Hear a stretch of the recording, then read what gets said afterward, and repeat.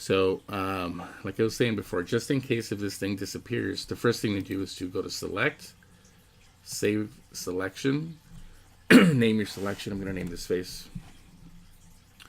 And then just OK it. It's going to save that selection.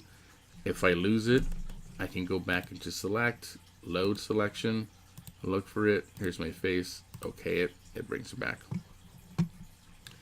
So we want to do is try and figure out what base tone will work best with this selection. But before we color, we need to feather our object. So I need to jump in here, under select, go to my modify tool or menu box, go to my feather option, and then bring this up to 5.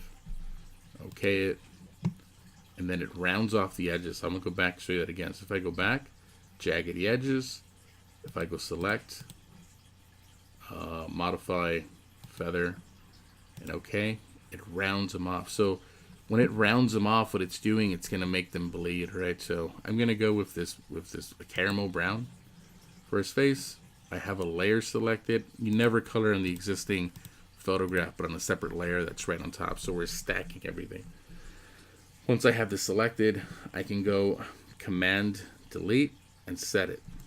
Now if it does this, right, where it switches the color that you want, no panic, press X and then Command Delete, and then it'll set the correct color to it. Now if you don't want that blade of white, then you can go Command Alt Z a couple of times and then go Command Delete, and now you get just that brown. Bothers some people, doesn't bother some.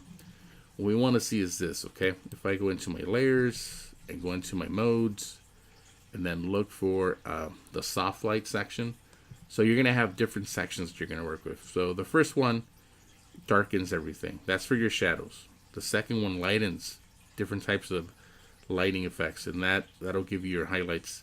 Your next one will create that overlay or that lifelike field of your photograph. So when I go soft light, it'll do this. If I deselect, it bleeds through into the sections of the hair, so it looks a lot more natural. So we'll get that, but it's a little flat. So now we're gonna have to add secondary sections to the face, so the shadows and the highlights. Okay. That's what I'll work on next. Shadows and highlights to give you a better idea. So I'm going to stop it here, and then we'll do shadows and highlights.